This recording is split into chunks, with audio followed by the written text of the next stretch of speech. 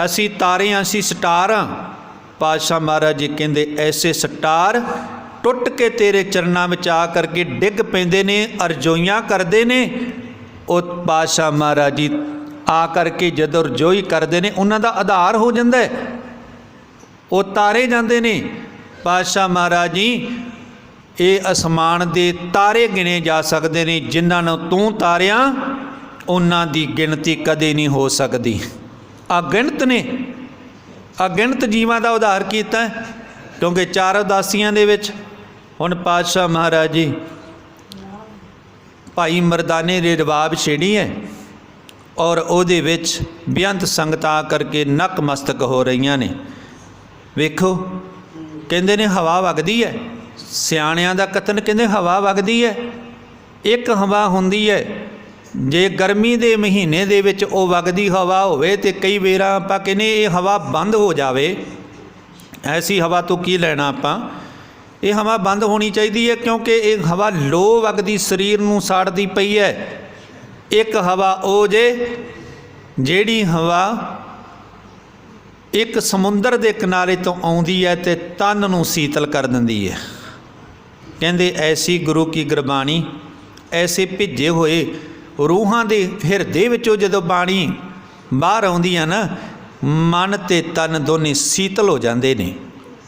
मन ते तन दोने शीतल हो जाते हैं, ऐसे नाम रस विच भिजे जाते हैं। कहंदे ने बेअंत संगतां आईयां, धन गुरु नानक देव जी महाराज जी ने उस वक्त फिर की होया जी, सच्चे पातशाह महाराज जी ने गुरबाणी का कीर्तन किया। गुरबाणी इस जग मह चानन, पर पातशाह जी कहते कर्म अवसै मने आए। साचा सतगुर क्या करे, मैं फिर इत्थे बेनती कर देवां। कहते जे हुण कर्म चंगे होण तां मन विच वसदी है, जे कर्म चंगे नहीं पर कर्म बनाउणे पैणे आ। ये नहीं कि असीं घरे बैठे रहिए तो असीं कहने साडे कर्म चंगे बन जाण। नहीं भाई, सत संगत करनी जरूरी है। जिन्हां ने सत संगत कर लई पातशाह महाराज जी ने उन्हां दा उद्धार कर दिता। धन गुरु नानक देव जी महाराज जी दे कोले ना एक चल करके आया, देखो एक चल के आया जी, जिन्हों लोग भूमियां कहंदे है, बड़े सरकार दे नाल भूमियां कहंदे है, पर पातशाह महाराज जी ने इतिहास विच उहदा जिक्र किया भूमियां चोर। इतिहास विच जिक्र होंदा भूमियां चोर, पर लोग उन्होंने भूमियां कहंदे है। भूमि का अर्थ होंदा जी जिमीदार, पर वो जिमीदार भूमियां उहदे कोले जमीन भी बहुत है, उहदे कोले पैसा भी बहुत है, और वो की करदा जी, भावें उहदे अंदर ये सुरत अंदर ये चीज़ वसदी है कि मैं बहुत सारे लोगों का भला करदा पिया। भला करन वास्ते वो किते किते दूर दरेडे जाके डाके भी जरूर मारदा है, डाके मारदा है, पर लोग उन्होंने कहते जी ये जिमीदार है, ये भूमियां है, क्योंकि लोगों को जा करके फंड दिंदा पिया, आ लो जी तुसीं गरीबी दूर करो, आ लो जी आ काम करो। उहदी आदत है, भाव के भले वाली आदत है, पर उस दे पिछे जो काम कर रहा है ना, वो है लोगों का गल घुट के डाके मारना, एक पासे डाके मारने, दूजे पासे भला कर देना। ये उहदी आदत सी।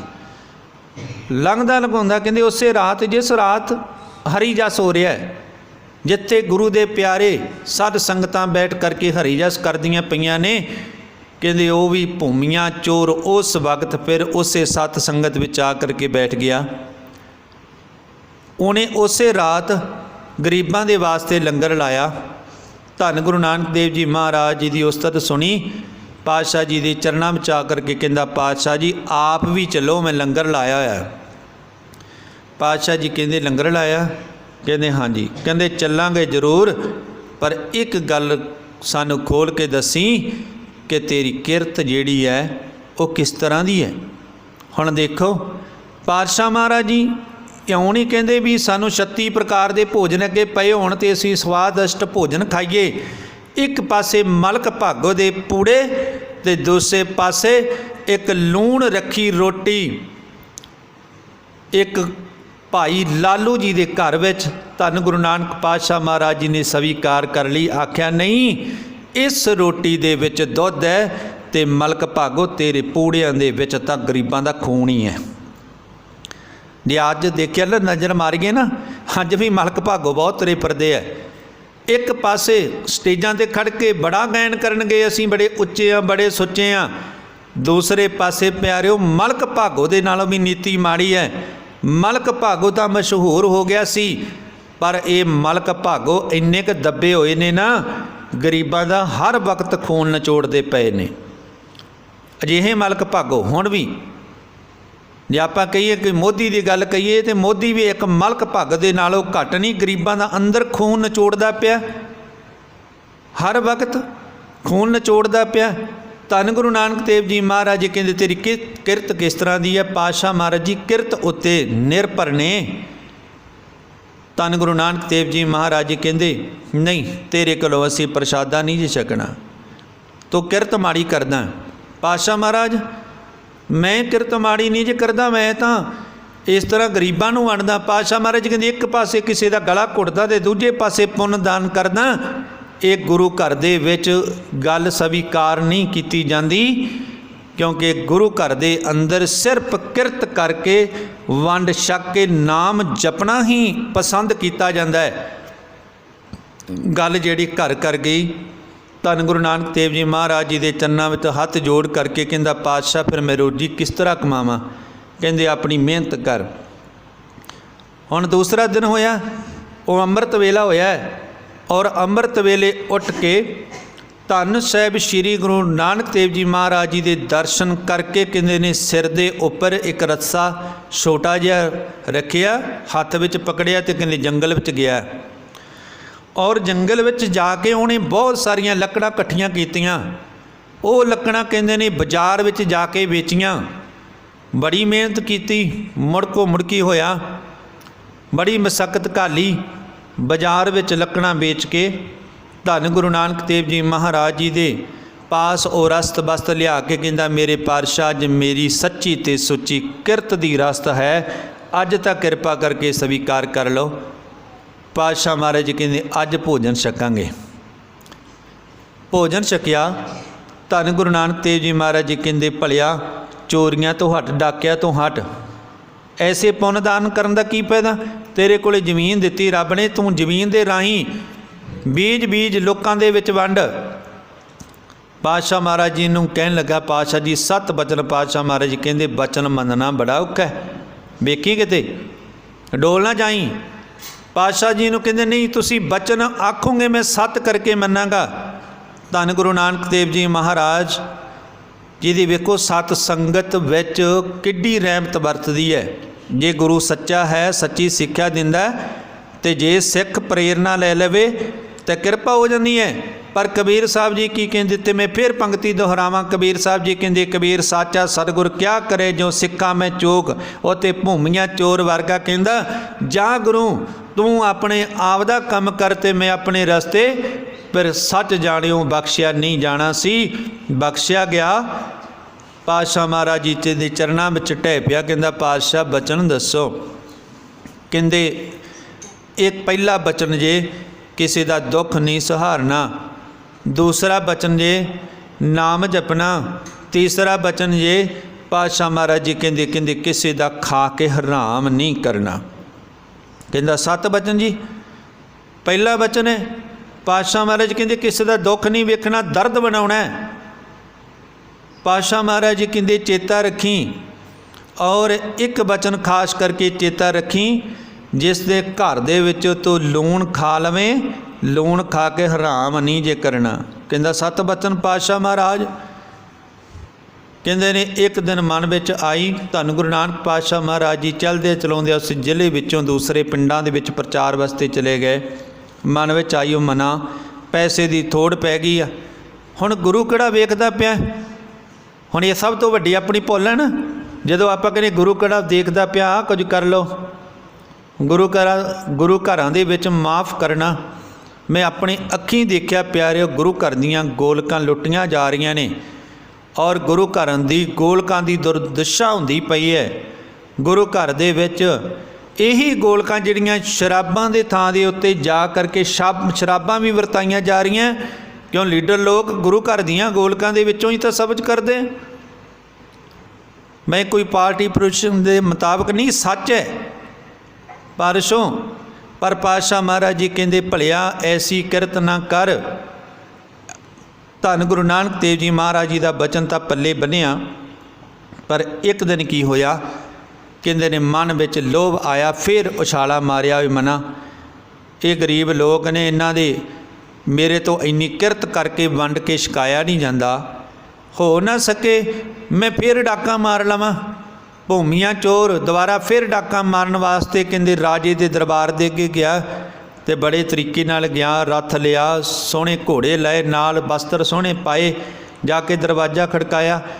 हुण दरवाजे ते खड़ा होया, टहल कर कहंदा कौन है? कहंदा चोर। पातशाह महाराज जी ने आख्या सी झूठ ना बोली, गरीबां दा दर्द वंडाई, झूठ ना बोली।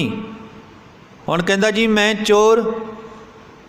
जिहड़ा टहलकार से वो डल गया, कहंदा इन्ने सोहणे वस्त्र पाए है, इन्ना सोहना बंदा है, ये चोर नहीं हो सकता, कोई राजे का नज़दीकी हो सकता है ना, भी राजे के कोले जाके तो मेरी शिकायत ला देवे।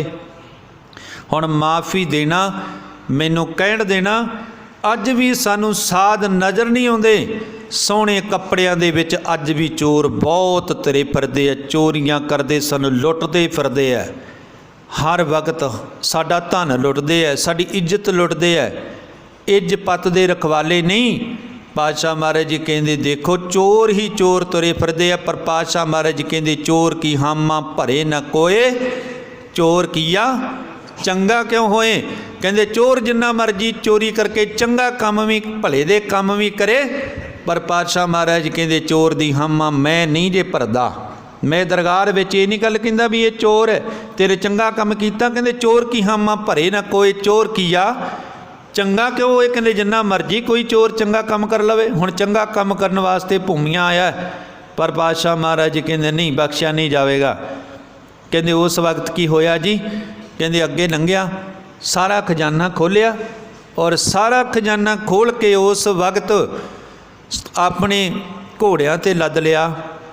हुण सियालां दी रुत है, धुंध पई है, मन विच आया होए मना घरे क ना जाके प्रशादा कोई रात दा तुरिया होया ते सारी रात की भुख लगी है, रसोई तो जांदियां जांदियां 36 प्रकार के भोजन राजां दे पए ने, मैं छाकी लवां। और मन विच उस वक्त कहंदे ने जदों हत्थ मारिया कोई वस्तु लगी नमकीन वस्तु, उस वक्त मूँह दे विच पाई ते गुरु का बचन चेते आ गया। एक बार आखो सतनाम। गुरु का बचन धन गुरु नानक देव जी महाराज जी का बचन चेते आया कि किसी का लूण खा के हराम नहीं करना। वाह सिखा, जे अज भी सिख ऐसा बचन गुरु का मन लवे कि किसी का लूण खा के हराम नहीं करना, तो सिख नाल दा फिर सिख नहीं। उत्थे पातशाह महाराज जी कहते ऐसा सिख होवे वो साहब है, भावे वो मेरा मालक है, तो मैं उहदा चेला बन के अगे पिछे फिरांगा, उसकी सेवा करदा आप करांगा। हुण सेवक कहंदा मेरे कारज नहीं रास होंदे। पातशाह महाराज कहंदे अपने सेवकी आपे राखै, आपे नाम जपावै, जह जह काज किरत सेवक की, तहाँ तहाँ उठ धावे, सेवक को निकटी होए दिखावै। मैं तो सेवक दे निकट वरती हो करके सेवा करने लई तैयार हां। मेरा सिखा किरपा कर जे मेरी सिक्ख्या ती चल के, मेरी प्रेरणा ती चल के ऐसा जीवन बना जिमें भूमिए चोर ने बना लिया। पर उत्ते सतगुरु की करेगा जे सिक्ख्या ना मनी। हुण भूमिए चोर ने सिक्ख्या मन लई, ऐसी सिक्ख्या मनी, ऐसी सिक्ख्या मनी, कहंदे जदों लूण चखिया तो सब कुछ गंढा खोल के उत्थे रख दित्तियां। कहंदे इस घर दा लूण खा लिया, मैं खा के हैरान नहीं करना, क्योंकि गुरु ने आख्या। बचन मन लिया। हुण बचन मनना बहुत औखा है, पर बचन मन लिया। सब भंडारे उत्थे जिन्ने भी सी भरे पढ़ाए उत्थे छड़ दिते, खजाने उत्थे छड़ दिते। दूजा दिन होया, राजा कहंदा तफ्तीश की जावे चोरी किहने कीती है, एडा अहसास किहने कीता। मेरे घर दे विचों चोरी करके लै चलिया सी, पर छड्ड के भी जा वड़िया। बड़ी हैरानगी वाली गल है। कहंदे सारे जिन्ने भी निक्के मोटे चोर सी, हुण कई वेरां किसी ने थोड़ी चोरी भी कीती होवे ना, ते प्यारिओ ਉਹਦਾ भी बेचारे ਦਾ ਵਿੱਚ ही मलियां मेट हो जाता। वो कहते इसे नहीं कीती होनी है। कई बार पिंड विच एक अद्धी चोरी किसी ने मजबूरी कारण कर ली होवे तो सब तो पहला असीं उहनूं पकड़दे फलाना होना जी, तो जिहड़ा लुट के खा गया उहनूं असीं पकड़न लई तैयार नहीं हुंदे। पातशाह महाराज जी कहंदे भलिया गुरु की शरण विच आ अवगण ना चितार। हुण ये भूमिया जिहड़ा गुरु की शरण विच आ गया, शरण विच आउणा भाव मन करके तन करके, जदों देखिया गरीबां नूं दंड दिते जा रहे ने, चोरां नूं दंड दिते जा रहे ने, आप पिछली मुश्कां बन के चोरां दे वांगू ते राजे दे दरवाजे दे मूहरे आके राजे दे खड़ गया। कहंदा राजा साहब मैं तुहाडा चोर है, ये इन्हां ने विचारे ने चोरी नहीं कीती, इन्हां ने चोरी नहीं की, मैं तुहाडा चोर है। राजा कहंदा हैरान, इस गल तो राजा हैरान जिहा हुंदा होया, कहंदा वाह, कहंदा जिन्हां नूं फड़ के लिआए दंड दिता वो भी विचारे डरदे मन्नी जांदे, तैनूं दंड नहीं दिता तो तां भी मन्नी जांदा। कहंदा सच बचन दे, मैं एक गवाह दे सकदा। कहंदा की गवाह? कहंदे रात दे समय ये तेरे टहलकार नूं पुछो भी मैं की आख्या सी। वो टहलकार नूं सद्दिया गया, टहलकार कहंदा जी ये तो कहंदा सी मैं चोर हाँ। तो राजा कहंदा फिर जद चोरी चोर करन वाला आके ये गल कहे भी मैं चोर हाँ, तो बड़ी हैरानगी वाली गल है भी तू चोर क्यों गया आपदे आप नूं? कहंदा मैं झूठ क्यों बोला, मैं चोर हाँ राजन, पुछो इनू, मैं आख्या नहीं मैं चोर हाँ। फिर कहंदे छड़ के क्यों गया खजाना? कहंदे छड़ के इस करके गया क्योंकि बाबे नानक ने आख्या सी खा के लूण हराम नहीं जे करना, खा के लूण हराम नहीं करना, छड़ के मैं इस करके गया। अच्छा किहड़ा है बाबा नानक, कित्थे वसदा है? कहंदे इसे नगरां दे विच आया, चल तैनूं दर्शन करावां। कहंदे राजे ने भी दर्शन कीते ते राजा भी प्रसन्न हो गया। पातशाह महाराज जी कहंदे भलिया जिवें चोर भूमियां बख्शिया गया तू भी बख्शिया जावेंगा, पर सच जानी कहंदे ये ना होवे कि होरां नूं समझाउंदा समझाउंदा तेरी जिंदगी निकल जाए ते तू बेसमझ रह करके संसार दे अंदर ही इस तरह अपना जीवन निकाल लवें। सत संगत विच बैठ, सत संगत विच बैठ करके लाहा लै। पातशाह जी कहंदे साचा सतगुर क्या करे, ज्यों सिखा मैं चूक अनेकां साडे अंदर उकाइयां ने ऊणताइयां ने, ते भाई सतगुरु जी की कर सकते ने। ये ना होवे कि साडा जीवन अधूरा रह जे, असीं हंकार विच मसते होइए, अन्ने होए तुरे फिरीए। ये ना हो जावे जो बांस वजाइए फूक वाली गल बनी रह जावे, इधर दी पाइए उधर दी कढ़ दईए, ऐसा जीवन साडा ना बने। सत संगत विच आउणे आ, गुरु की गुरबाणी जप के लाहा लै लईए, एक एक शब्द नूं हिरदे अंदर वसा लईए। और बेअंत सिख संगतां नगर निवासी सिख संगतां भाई गुरु की हजूरी अंदर जरूर पहुंचा करो। और वार वार यही बेनती करदे हाँ कि प्यारिओ सत संगत विच वेले सिर समय सिर पहुँच के लाहा लवो। सतगुरु जी कृपा करन होइयां भुल्लां चुकां दी खेमा सुख होवै, नाम चित आवे नानक नाम चढ़दी कला। तेरे भाणे सरबत दा भला। वाहिगुरू जी का खालसा वाहिगुरू जी की फतेह। श्लोक पवन गुरु पाणी पिता माता धरत महत, दिवस रात दोए दाई दाया। चंगियाइयां बुरियाइयां वाचै धर्म हदूर, करमी आपो अपनी के नेड़े के। जिनी नाम ते आया गए मसकत, नानक ते मुख उजले केती छुट्टी।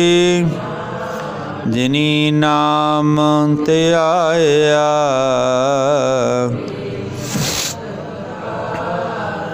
नानक ते मुख उजले केती छुट्टी। वाहिगुरू जी का खालसा वाहिगुरू जी की फतेह। तू ठाकुर तुम पर